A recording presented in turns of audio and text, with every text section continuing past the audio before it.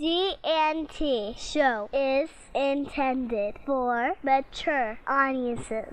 Parental discussion is advice. Live long and prosper, bitches. The crew has been fatigued now from so many months in space, and they need to take a break. The landing party has been down to check out the terrain while the crew gets ready to play. They say there's only plant life living on this lovely rock, but a rodent up here's wearing a vest. Hi, this is Janice coming at you live from Shore Leave for the G&T show, and I am sitting here with one of our fabulous editors, Marco Palmieri, and I'm with Tor Books. So, Marco, you were sitting at a table down the line filled with authors. Yep. So how did it come that an editor's sitting at a table? I've been coming to Shore Leave for about 15 or 16 years. I started when I was an editor for Startrek books with Simon & Schuster in a different lifetime. And at that time, I was told by a lot of the authors who were going to Shore Leave, oh, you really got to come down. It's a lot of fun.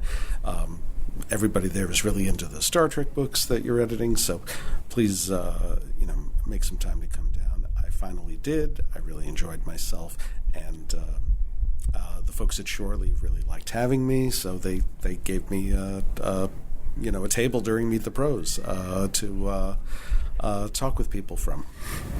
That's really cool. Yeah. So, as an editor, what is it that you look for when you're doing your editing? There's different kinds of editing.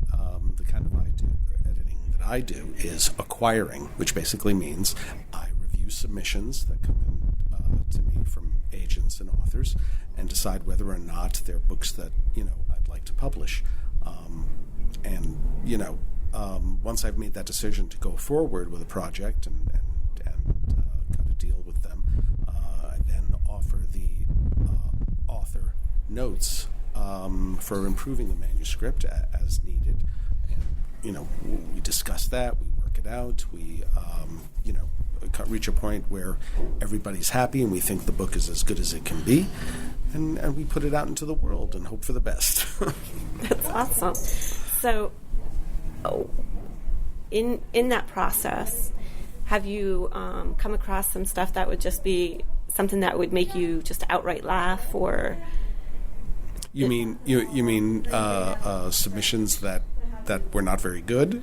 Not necessarily, but like submissions that would just bring out an emotional response. Oh, absolutely. Oh, yeah. And in fact, those are the ones that you find yourself drawn to the most, is the ones that really affect you on a visceral level. When you make an emotional connection with a book, that's when it's great. Whether you're an editor or a reader or even a writer, you're working on your own work. If you find yourself becoming, emotional over what you are working on, that's just magic. It tells you that you're onto something, and no matter what position you're reading it from. Cool. So, what is the latest project that you had been working on with Tor Books? I've got about 8 or 10 titles over the course of any year, Holy cow. That are coming out. So they're editors who are busier than I am. But right now I've got about 8 or 10 titles this year. And the next one I have up is a terrific novel called The Traitor Baru Cormorant by a debut author named Seth Dickinson. And this is an amazing novel. It's a geopolitical tragedy. It's an amazing story about a closeted lesbian and a woman of color living in a world where this colonial empire that is, swept across the horizon and conquered her island home, and disapproves of the culture and the lifestyle of the people there. Baru Cormorant, the lead character, is trying to basically correct the injustices of this empire by infiltrating it as a civil servant and trying to rise up high enough up the rungs of power to from the inside.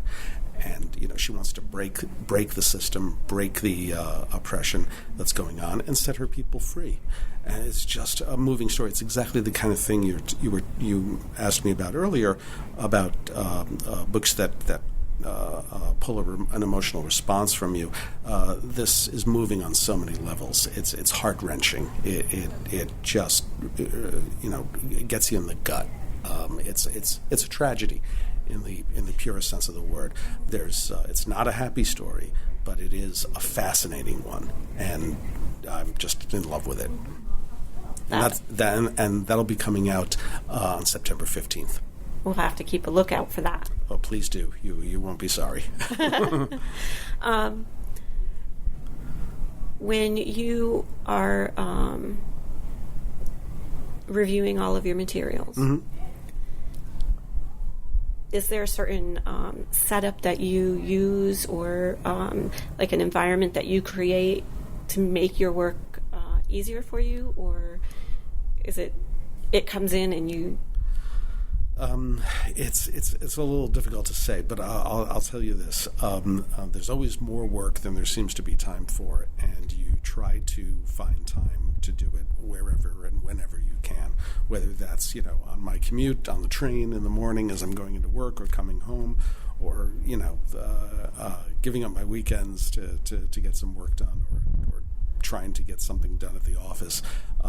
There's more to being an editor than just reading manuscripts and making notes on them. There's a lot of administrative stuff. There's a lot of interdepartmental discussion that has to go on about different aspects of the publishing process for each project.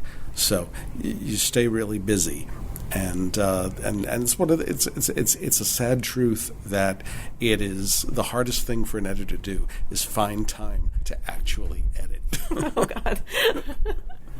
So that's the small piece. No, it's the most important piece, but because of the way the job is set up, it's challenging to actually find time to do it. So how did you get into editing? Well, I started out when I was in my 20s. I started out as a junior marketing person at DC Comics, where I did a lot of writing and editing for that department. I worked on the catalog mostly. I did I wrote some press releases, things like that. But mainly I worked on the catalog, and I became very close with I became very close with an editor at DC named Margaret Clark, who eventually went on to become a Startrek editor at Simon & Schuster. About a year after that, Margaret had an opening for a junior editor in her department, so she invited me to apply for it, which I did. She hired me. I was at Simon & Schuster for 12 years, and after that, I joined Tor Books. I've been there for a few years now, and I'm putting together what is, for me, a really awesome list. I'm working on science fiction, hard SF, science fiction adventure, epic fantasy, historical fantasy, speculative thrillers. I'm doing some weird stuff that is sort of harder to categorize, but still falls within the overall genre of science fiction or fantasy. It's a really, really exciting time for me. I'm really happy to be doing what I'm doing. That's awesome. So in all of this, you have come across probably an amazing amount of material and stories and characters. Yes, I have. So this might be a tough question, okay, but it might be an easy question for you. Okay. It depends on I'll give it my best shot. Yeah. Okay. A character from one of those stories, what hologram program would you put them in? A character from one of those stories, what hologram program? It doesn't have to be a Star Trek character. It can be any character. But what hologram program from Star Trek would you put them in? Wow. A character from one of the stories okay. I would put